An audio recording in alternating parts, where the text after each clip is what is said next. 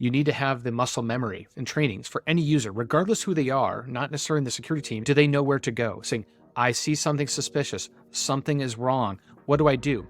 They shouldn't have to guess. All organizations must have a playbook because that's the only way you can ensure your success and scale going into the future. Welcome to CyberOxTales, the podcast where cybersecurity scenarios meet reality. In each episode, we'll sit together with the top cyber pros to dissect major security incidents, giving you actionable insights and practical advice to fuel your playbooks and success. Ready? Let's go.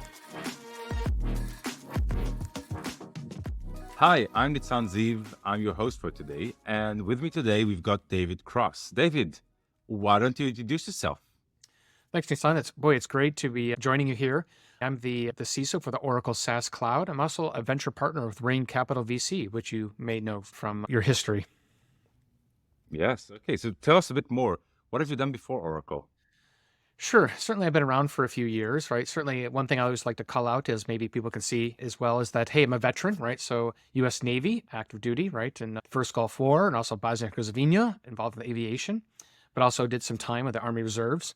But really getting into the cybersecurity space, right? Spent 17 years at Microsoft, right? Windows security, Azure security, cloud security, a lot of time there. There's opportunities up here. I also spent a little time in Google Cloud Security, leading that organization for a few years. And then to Oracle, to the SaaS Cloud Security, right? So really looking at the entire gambit and having a good perspective across the world and what's going on with the future with cloud security. Okay.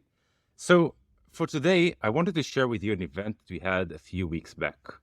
So somebody from the marketing department got an inbound mail to our website saying, your website is prone to be exposed or data breach. And we get those kind of mails and everybody gets them once in a while. I'm sure that you're familiar with it. Everybody's familiar with those kind of mails. So tell me, as an expert, what should I be thinking at that moment? Is it real? How do I handle it? Just guide me through your thoughts.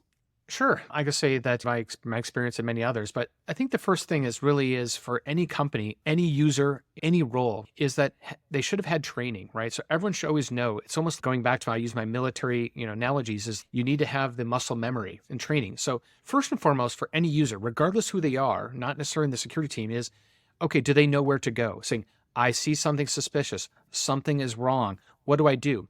They shouldn't have to guess. They shouldn't have to search on what things. They say, this is who I reported to. Here's how I get help. And they've always got that muscle memory down. That's the first thing I always like to call out.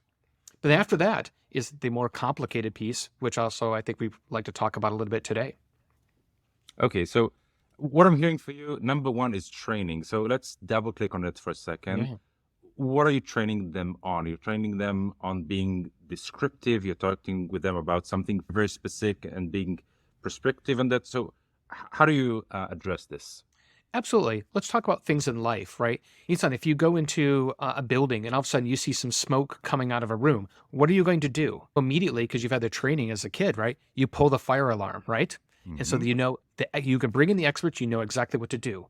Outside, you see something going on. It's like someone's being attacked or something like that. What do? In the United States, we say call 911. You know, you call the police. You know exactly what to do. You go to the expert. Do you go try to fight the fire yourself or deal with an attacker yourself? No, you want to go to the experts and you know exactly from your training and education of what you need to do. Okay, so let's take this analogy and say, okay, so my marketing person just got such a mail. What are they answering the guy that sent it? Saying, thank you for your information. Are they replying? Are they even saying, no, I'm not replying to you, just forwarding it? What's the best guide point that you can give us? Yeah, I think for a lot of the companies that which they all should, right? They should have, their email security solutions reporting that this seems suspicious. This is a phish, whether it's through a button or through a process or a forward type of thing so that they can actually get the guidance, right? We know that sometimes that people may not do that, but the first thing is we always want to make sure that everyone has the assurance that I see something wrong, I'm calling 911. I see something wrong, I'm going to pull the fire alarm. But they may not always do that because they may not be sure, but I'm sure we'll drill into that a little bit in a few minutes. Okay, so who's the right person to talk with? Meaning, should I call the CISO in your organization?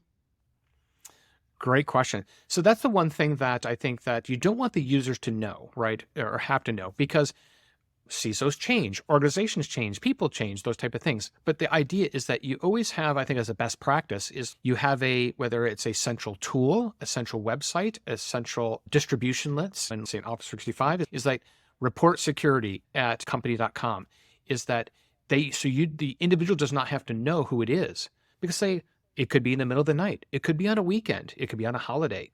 What if the CISO is not available? Then what do? You always go to a central thing where it can be distributed and relying upon the processes and automation and other things of the greater organization so that it's always covered 24/7. Okay, so if I'm wrapping this up, what you're saying is, first of all, have a centralized place of knowledge, who to contact. If you've got it part of your system and everybody's trained on that, great. If not, establish a distribution mail that goes to everybody relevant. Don't use specific person's email because they might have changed, they might have moved away, right?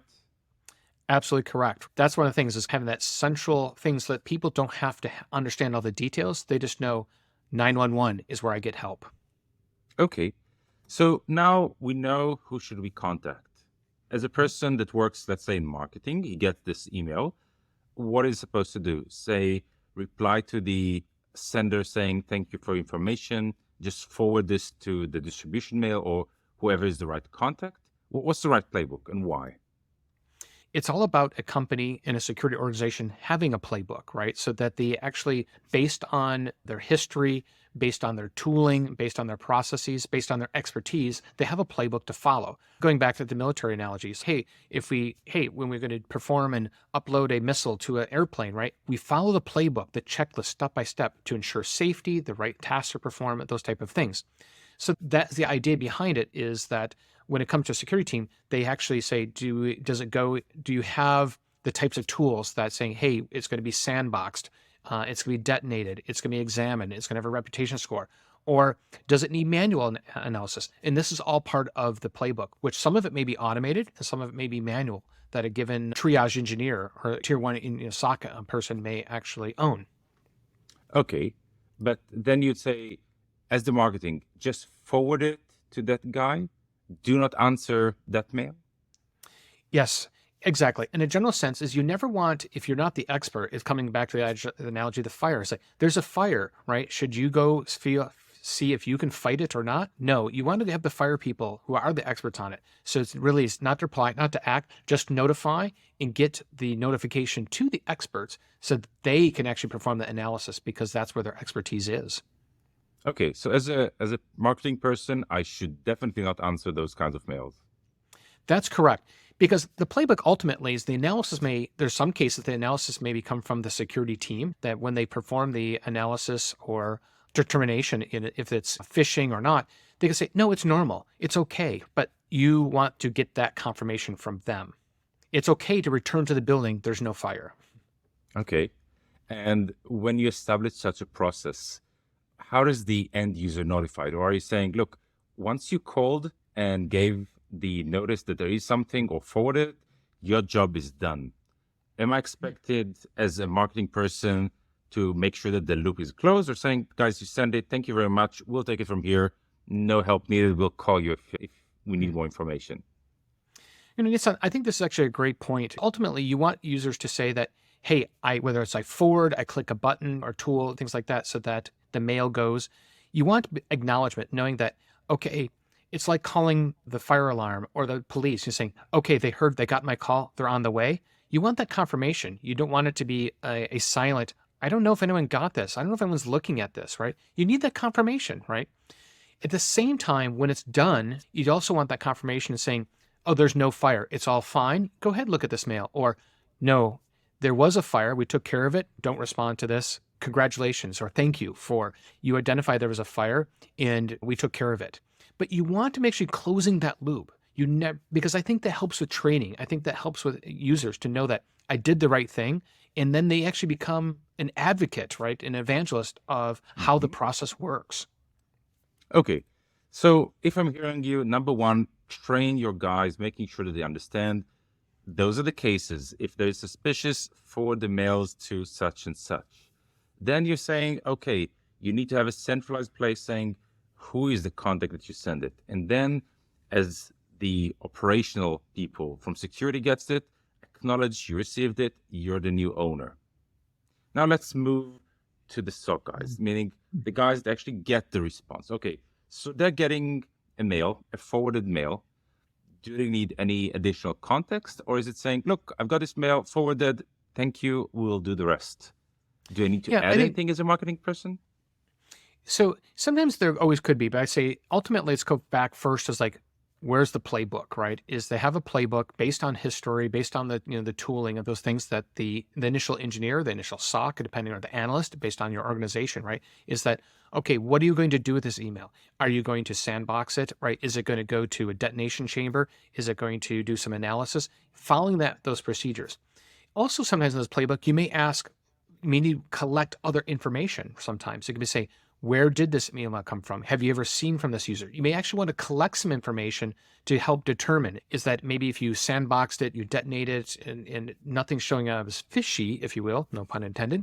But maybe you want to get some other data to say, maybe are they trying to do some social engineering here possibly? And you may want to have a set of questions and collect additional information for analysis, but that's all based on the playbook that you have in place, or you should have in place and using, so that ultimately you may have additional analysis that analysts looking at it to say, there may be something greater going on here that may not be obvious at the tier one. Okay. So now let's talk about the tier one analyst. He got the mail, maybe got some context, maybe he did not. How do you determine if this is a real case? So you said sandbox it, try to understand it. It might be a real case. I'm not at that point ruling it out. So what would help a T1 analyst to actually understand, is it real or is it not, after I've done the basic, I would say, malware scans? Yeah, I think it all depends on what was the results of those scans, right? The destination chamber, the scans, and things like that. Let's say benign completely. Everything is benign. Okay. Yeah. So I think in that particular case, that is sometimes I'm a big fan of just checking in code. You need someone just like, you're a great developer. Do you check in code and never have everyone look at it again? You 20 years of experience. And shouldn't someone maybe double check your work possibly? Wouldn't that not be a good thing to have in the playbook as well? Okay. So you would say, okay, I want to talk with a manager. I want a peer to have another look. Great. Nothing seems suspicious. It's just regular text. Yeah. What's next? Yeah, sure. So it's ultimately saying that sometimes, especially in these cases where there's a risk of something performed, is that you have a double check, right? Whether it's a peer sometimes or a manager saying, yep, this code looks good, this emails look good, let's return it to the user and let them know that's okay, right?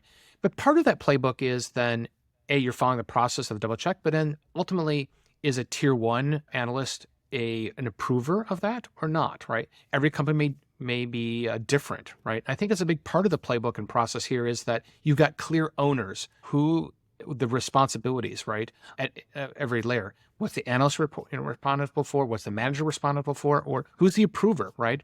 Is that the analyst or is it another manager? Is it a higher level person in the organization, whether something's released or something action is taken? Okay. At what point do you actually go and try to understand if it's real in terms of there is some kind of a data leakage? Let's assume that the mail does not have any indication saying it is through this endpoint or through this. At what point are you saying, maybe it's real, maybe I should hear this guy? Yes, so great question. So I think that's the scenario saying that, okay, the mail may not be malicious in itself. However, there may be something occurring that you're aware. Just like a researcher says, I think I found a vulnerability, or I found a breach, or I found your data out there. Is then coming back to the playbook, because that may actually not be a role of the analyst. They should actually looking at, okay, this is a potential event or incident, right? And then defining for that company, looking at your playbook. Okay, who is the owners and next steps for this, right? Who do I notify? Who should be involved with that in performing those next steps and following that? And I think that's so important if kind of having the Raki model, right? Who is the reviewer? Who's accountable, right? Who is a controller, right? Who's got to get informed in following those steps for a company. Because if you do not, this is often where mistakes are made. Okay, so who should be actually looking at this? I think it comes down to the experts. So sometimes a tier one stock, we're saying that, yes, they can look at emails, they can perform scans, things like that, but actually they may not have the experience, or some companies, they may not be an incident responder, right? So someone that can understand and can step in. There's incident responders. There's also incident commanders. So the incident responder often say that collect the next level of data is that, okay, let me do some following the playbook. Is there another information? Do we want to collect more information? Do we want to respond and get additional information? Following your steps, on that. And is this a true incident? And therefore, we need to then bring in other people in awareness, as part of that cycle. So what you're saying is after the SOC 1 did the playbook and saying, look, I didn't find anything that has malicious intents. The next is to include somebody second tier, maybe incident response, and actually say, okay, it seems that we might have some kind of an event here. I couldn't find any reason why somebody would send that without proof or without any malicious content, but definitely somebody more senior should have a look on this. Yeah, so I think this is often sometimes is that this is where sometimes many companies, right, the incident response can actually, they have the experience of saying that, okay, how to collect more data in a safe way, that because there's also start to have your own compliance and legal ramifications is that based on that data is then may need to be collected, what may need to be protected, who may need to be informed, right? And that's where it gets very complex, all depending on the scenario, depending on the region, where in the world, the scope of the data. So that's where it gets very complex. And you really have to have almost like that detailed flow charts, right, of all of those scenarios and what has to be performed for each. At what point would you inform about this event to management, to somebody in the manager? Or at what point will this kind of alert will get to you as a CISO? Yeah, great question. I think as a best practice in any company and things like that is that the head of the security, the CISO, other things are made aware immediately, right? It doesn't mean that they are actually taking ownership as an executive incident commander or those type of things, but it's part of the RACI model, inform, right? I'm a big fan of early inform to ensure that assistance and awareness is available immediately and that ensuring that things at the executive level, the playbook can also be performed, right, quickly, right, as needed. So what you're saying is those kind of what you say it might be true, you still don't know it.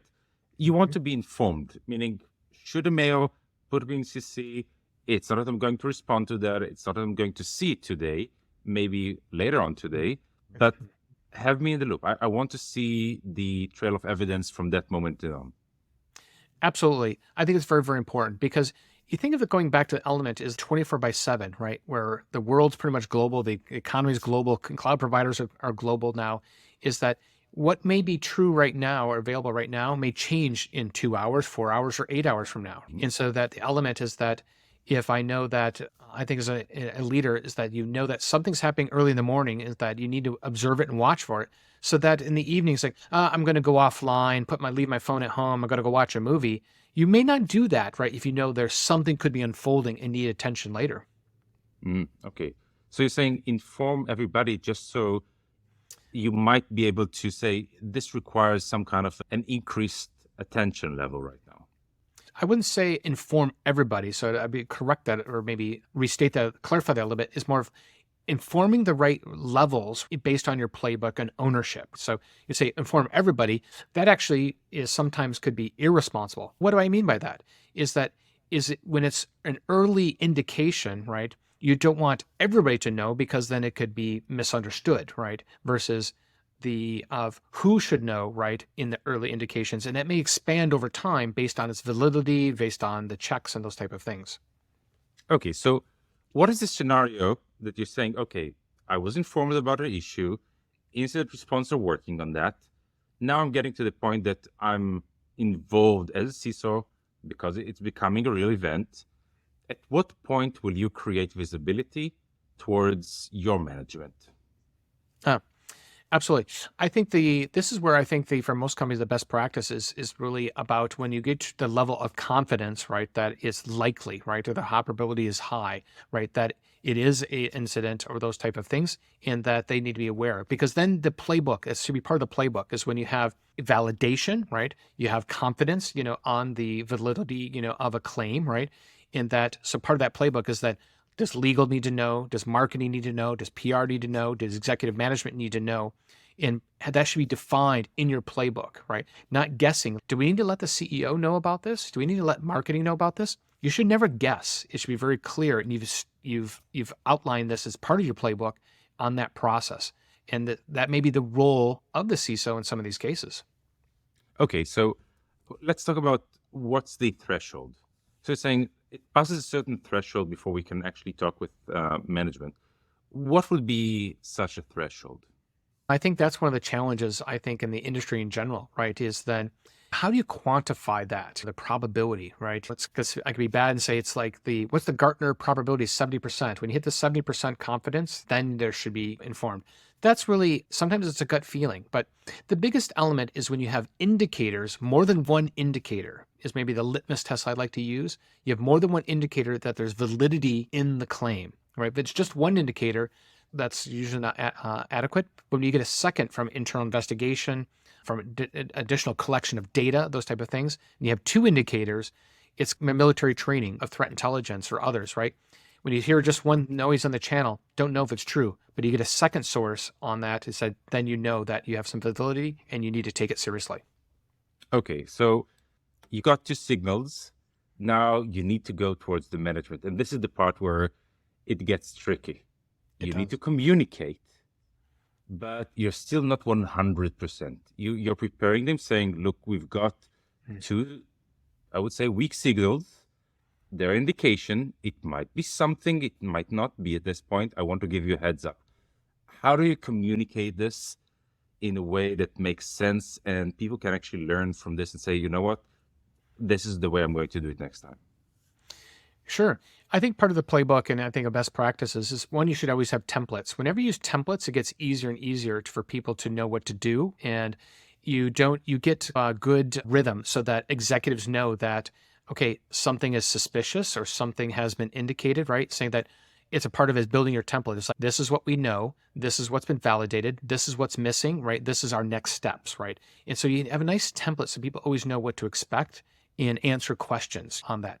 And it's a regular rhythm of updates on that. It's saying, yep, we've got more validity, or no, we don't, or here's the next steps. The other element I think is also a best practice for many companies, right? Is an element is that you always assume the worst case scenario, right? And so that you're ready, so that if something very quickly, it goes from unsure, low probability to 95% confirmed, and we need to inform others or inform externally, right? You've already have that ready. You're already ready to go, right? It's not a surprise, hurry up. It's more of, it's ready. Hopefully you'll never need it, but you're ready. So it's just like threat intelligence in the military is that you're ready. You've got an alert, someone's at the wire. Okay, we're ready to go. We're just waiting for validity, but it's not a surprise. Hurry up. Is there anybody that can help? You're ready. Okay, so you mentioned there are a few elements that you would like to have on a template. Can you walk us through them? And once again, just making sure that everybody have them as part of the checklist. Yeah, absolutely. One is then, what is sometimes it's OKRs, which are objective and key results. It's ultimately saying that, although you reverse it to a degree, is then what is the claim, right? What is the impact, of that claim, or what's the results? What's the impact? That then is what is the source of that information? What information has been validated, right? So the validation. What's missing, right, is saying that's important to always have. And then what are the next steps? And last but not least is who are the owners, right? So there's not confusion, is that if there's next step, who's doing this? Who's following up on that? You want to always be clear, so people don't start saying, I'm going to forward, I need someone to look at this. Oh, no, I had that. Well, if the template's clear, here is those ownership areas, then they know how it's being followed up. Then there's no confusion, misunderstanding, or misdirection of ownership. Okay, so let me wrap this event for you. Number one, training, making sure that everybody is aware of the situation and what are they expected to do at that point. Then you're saying next, make sure that you have the right point of contact in a centralized place so everybody can understand who are they contacting. Email list, centralized system, it doesn't matter. Making sure it goes to a list, not to a person. Then somebody needs to acknowledge, saying, I got this, I'm handling this from now on. Then you're saying, if this becomes something that is real after the first investigation, do a peer check. Ask somebody, have a look. I want a second opinion on this. If you're saying it's real, maybe including incident response and maybe some more people into the equation based on the level of certainty that you have for the events itself. Then once you understand that it becomes a high probability to a real event, once you see a few signals colliding to each other, then you need to inform the right level in the organization. And this is only once you pass a certain threshold. And once again, practice making sure that you understand and communicate what is the event, what are the inputs that we got that cause us to think about this event, what is the current data that we concluded the information by, what is missing from this, what are the next steps, who are the owners. That is your playbook to handle such an event. Have I missed anything? No, I think you've got a really good summary to that. The one thing I definitely think we should add in all those playbooks and things is, in the end, regardless of the results, whether it was a false positive or it was a true event type of activity, is there should always be the root cause analysis, the RCA, the postmortem after the fact. Every activity you go through, successful or not, false positive or not, you really want a root cause and postmortem saying, what went well? What could have gone better? What could we improve, right?